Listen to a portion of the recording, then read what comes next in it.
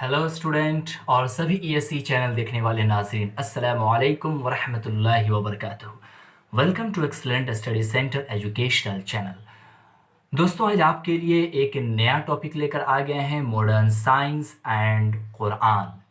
कई बार लोगों को लगता है कि साइंस की तरक्की धर्म के आरे आ रही है। मेरे अकॉर्डिंग ऐसा बिल्कुल भी नहीं है।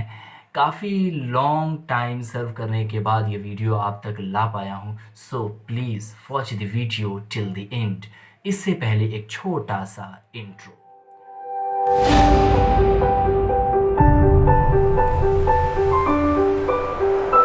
RenderForest.com.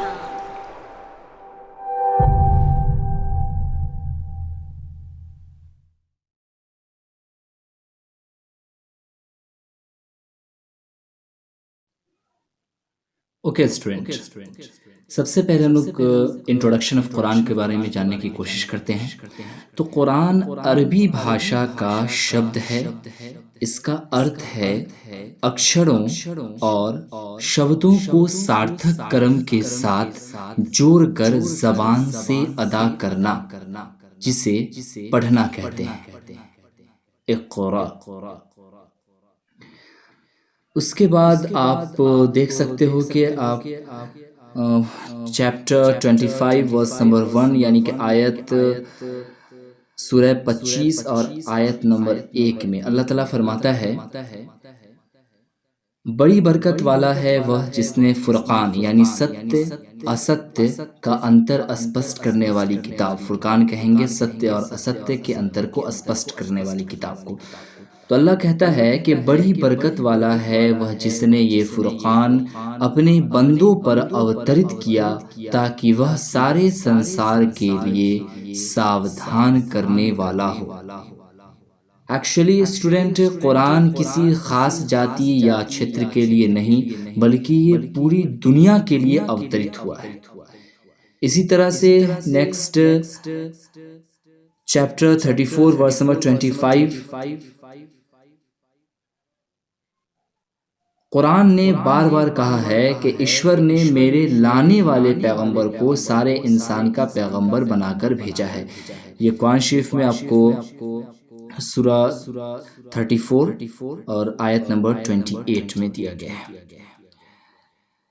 इसी तरह से अगर साइंस का शॉर्ट इंट्रोडक्शन की अगर बात करें तो science is systematic study mystery of nature, यानी साइंस एक रहस्य की किताब है, एक mystery of the nature.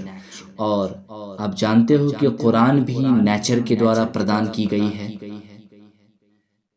Albert Einstein का मैं यहाँ पे एक थॉट आपको बताना चाहूँगा। अल्बर्ट आइंस्टीन, आप इससे फैमिलियर होंगे, फिजिस्ट, नोबेल प्राइज विनर थे। इन्होंने कहा, science is lame without religion and religion is blind without science. फिर से मैं बोलूं, science is lame without religion and religion is blind without science. यानी साइंस मजहब के बिना लंगड़ी है और मजहब साइंस के बिना अंधी है। साइंस मजहब के बिना लंगड़ी है और मजहब साइंस के बिना अंधी है।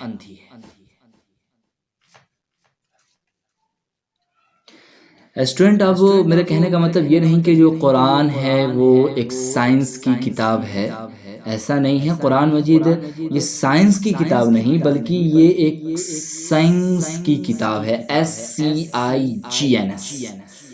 मतलब ये कि कुरान है निशानियों की किताब, आयतों की किताब और सत्य मार्ग दिखाने वाली किताब, इहदिनस सिरातल मुस्तकीम। कुरान मजीद में 600 से ज्यादा आयतें हैं, जिनमें से 1000 से ज्यादा आयतें साइंस की ओर इशारा कर रही है। ये लेकिन है कि 1000 से ज्यादा आयतें साइंस की ओर इशारा कर रही हैं, जैसे astronomy, physics, biology, botany and zoology, big bang theory, solar system, और ये कायनात कैसे वजूद में आया, इसका फुल डिस्क्रिप्शन आपको आज से 1400 साल पहले कुरान में मिल जाता है। और ये साइंस आपको हाल फिलहाल में ही ज़्यादा से ज़्यादा 50 साल 150 साल पहले इस चीज़ को जाना है।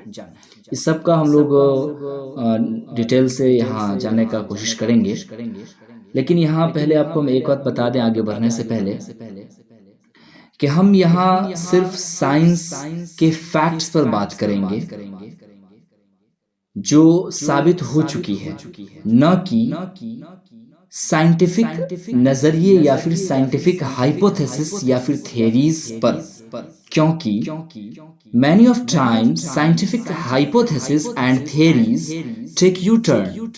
जैसे आप बिग बैंग थ्योरी का ही ले लें या फिर आप सोलर सिस्टम का ले लें, ये साइंस का नजरिया पहले कुछ और था और अब कुछ और है। Okay okay okay. अब हम सबसे पहले बायोलॉजी, जिसे इल्मे हयातियात कहते हैं, इसकी बात करेंगे। Biology word derive from two Greek word bio plus logos. Bio mean life and logos meaning study. Therefore, the study of life is called biology. यानी लिविंग ऑर्गेनिज्म, जीवों का अध्ययन ही जीव विज्ञान है। सूरे अल अंबिया चैप्टर 21 वर्स 30 में अल्लाह फरमाता है, हमने हर लिविंग ऑर्गेनिज्म को वाटर से बनाया है, जल और पानी से बनाया है।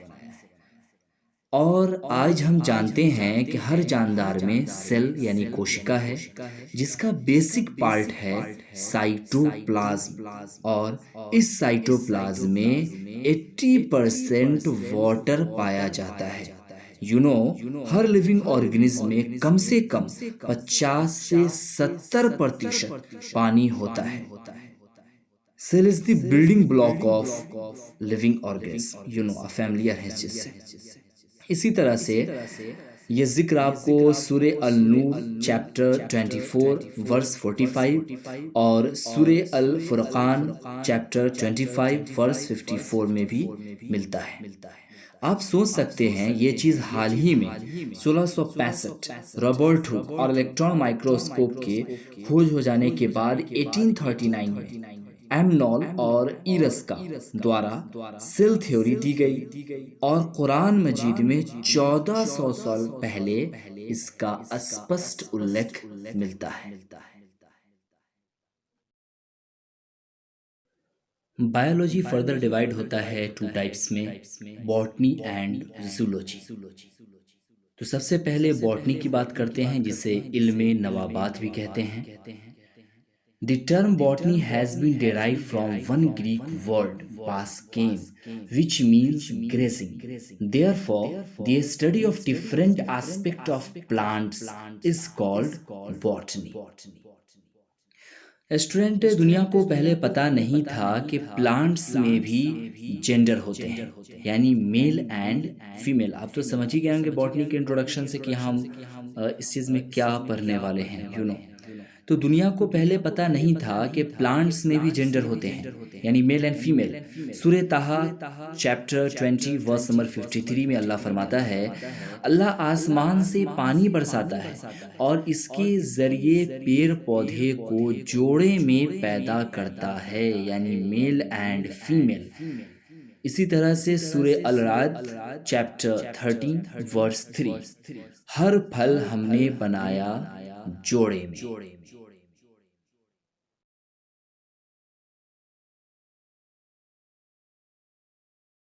अब हम बात करेंगे जूलॉजी की। इससे पहले एक छोटा सा इंट्रोडक्शन ले लेते हैं जूलॉजी का। Zoology, the term zoology has been derived from two Greek words, zoo and logos. Zoo meaning animal and logos mean knowledge या study. Therefore the study of various aspect of animals is called zoology. तो student, यहाँ हम लोग animals के एस्पेक्टेशंस में देखने वाले हैं, तो आइए शुरू करते हैं। सूरा अल अनाम चैप्टर 6 वर्स 38 में अल्लाह फरमाता है, ज़मीन में चलने वाले किसी जानवर और हवा में उड़ने वाले किसी पक्षी को देख लो, ये सब तुम्हारी ही तरह की जातियां हैं, यानी ये ग्रुप में रहते हैं इंसानों की तरह। और आज इसे साइंस तस्लीम भी करता है।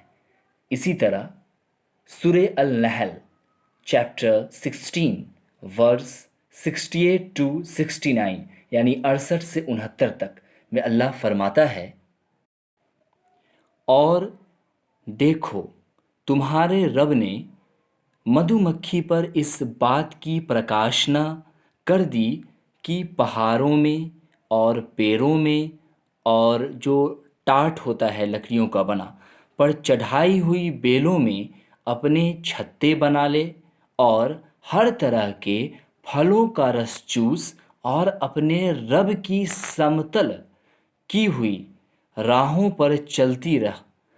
उस मक्खी के भीतर से रंग बिरंग का एक शरबत निकलता है जिसमें शिफा यानी आरोग्य है लोगों के लिए।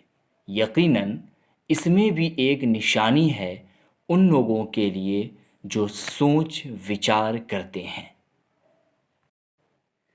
सन 1973 1973 में नोबेल प्राइज़ विनर सफ़ॉन फ्रेश ने बताया the behaviour of the bee के बारे में। मध या शहद इकट्ठा करने वाली मधुमक्खी फेमिनिन है। ये किसने बताया? नोबेल प्राइज़ विनर सफ़ॉन फ्रेश ने। और कुरान 1400 साल पहले वर्कर बी का जेंडर भी बताता है कि ये फीमेल है। और ये बी यानी ये जो मधुमक्खी है वो रिपोर्ट पेश करती है रानी मधुमक्खी के पास। किसी भी तरह का कोई अगर होता है, जैसे मान रखिए कि सफ़ॉन ने भी इस चीज़ को बताया कि जब मधुमक्खी जहाँ देखती है किसी बाग को, बगीचे को, जहाँ कई सारे फ्लावर्स हैं और वो रसीले हैं, उनसे रस चूसा जा सकता है, तो वो आके रिपोर्ट करती है रानी मधुमक्खी के पास। राजा के पास नहीं, रानी मधुमक्खी के पास रिपोर्ट करती है। वो कैसे रिपोर्ट करती है? Language of the body, body के लैंग्वेज के एस्पेक्टेशंस पे करती है, यानी अपने बॉडी को हिलाकर वो बताती है कि कैसे कैसे रास्ता है वहाँ तक जाने का, जिसे साइंस की भाषा में बी डांस कहते हैं। इसी तरह से सूरे अल नमल चैप्टर 27 वर्स 17 टू 18 यानी 17 से 18 तक में कुरान में दिया गया है, सुलेमान अलैहिस्सलाम के लिए जिन और इंसानों और पक्षियों की सेनाएं एकत्र की गई थीं और वे पूरे नियंत्रण में रखी जाती थी। एक बार वह उनके साथ प्रस्थान कर रहे थे, यानी गुज़र रहे थे साथ में, यहाँ तक कि जब ये सब यानी सुलेमान अलैहिस्सलाम की जो टोलियाँ थी चींटियों की घाटी में, चींटियाँ ज़्यादा जहाँ पे रह रही थीं, जो उनका ग्रोह था, जो ग्रुप था, वहाँ तक पहुँचते हैं तो एक चींटी दूसरे चींटी से कहती है, ऐ चींटियों, अपने बिलों में घुस जाओ, कहीं ऐसा ना हो कि सुलेमान और उसकी सेनाएं तुम्हें कुचल डाले और उन्हें खबर भी ना हो।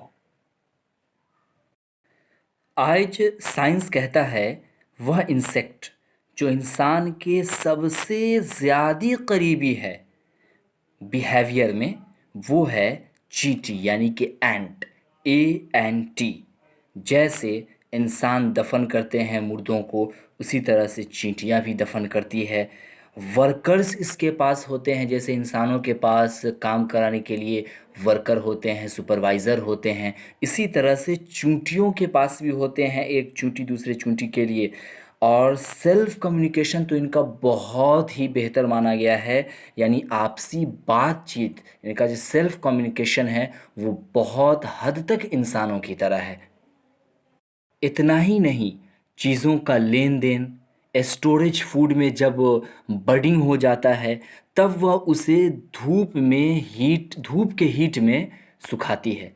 तो ये सारे जो बिहेवियर्स हैं वो इंसानों से सबसे ज़्यादा मिलते हैं, और ये इंडिकेट करता है आज से 1400 साल पहले कुरान। ओके स्टूडेंट, इस टॉपिक का ये फर्स्ट पार्ट है, और वीडियो पसंद आए, कुछ और जानना चाहें तो कमेंट बॉक्स में कमेंट करें, लाइक करें, शेयर करें और चैनल को सब्सक्राइब करें। Okay, thank you.